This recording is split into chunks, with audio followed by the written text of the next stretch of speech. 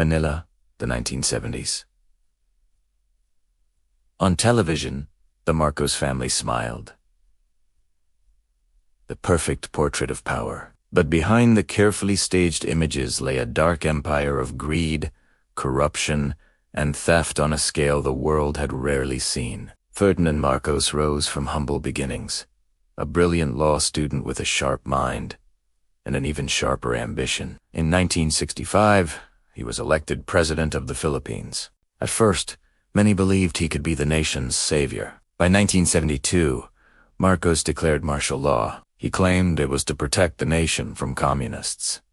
In reality, it cemented his dictatorship. Parliament was dissolved, the press was silenced, and thousands of political opponents were jailed. With unchecked power, Marcos began siphoning the nation's wealth.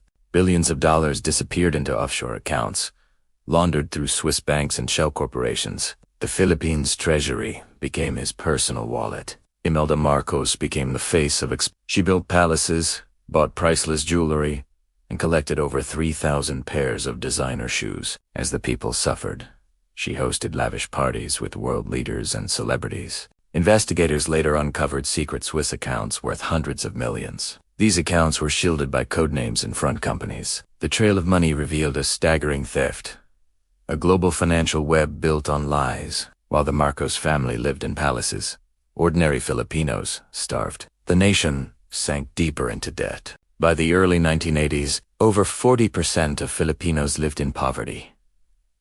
A tragedy worsened by the billions stolen from their own government. The Marcoses quietly purchased luxury properties in New York. From the Crown Building to expensive townhouses, hidden behind shell companies. These properties were paid for with Philippine taxpayers' money. As the corruption worsened, opposition voices grew louder. Senator Benigno Ninoy Aquino became Marcos's fiercest critic. But in 1983, when Aquino returned from exile, he was assassinated on the airport tarmac. The nation was outraged. In February 1986, millions of Filipinos poured into the streets of Manila. The People Power Revolution had begun. Priests, nuns, students, workers, all stood shoulder to shoulder, demanding Marcos step down. Cornered, the Marcos family fled the country. Their escape to Hawaii was dramatic. Crates of cash, gold bars, and priceless art were loaded onto planes. They had ruled for 21 years and left behind ruins. Inside Malacagang Palace, investigators found shocking evidence of excess. Racks of gowns, Diamond Chiara's paintings by Picasso and Michelangelo. Proof of decades of looting hidden in plain sight. For decades after their fall, the Philippine government fought to recover the stolen billions. Lawsuits dragged on in Swiss courts and in New York. Some money was reclaimed, but much of it remains missing to this day. Incredibly, Imelda Marcos returned to the Philippines. She ran for office and won. Despite her notorious past, she remained a powerful figure, adored by loyal supporters and despised by critics. Historians call it one of the greatest thefts by a head of state.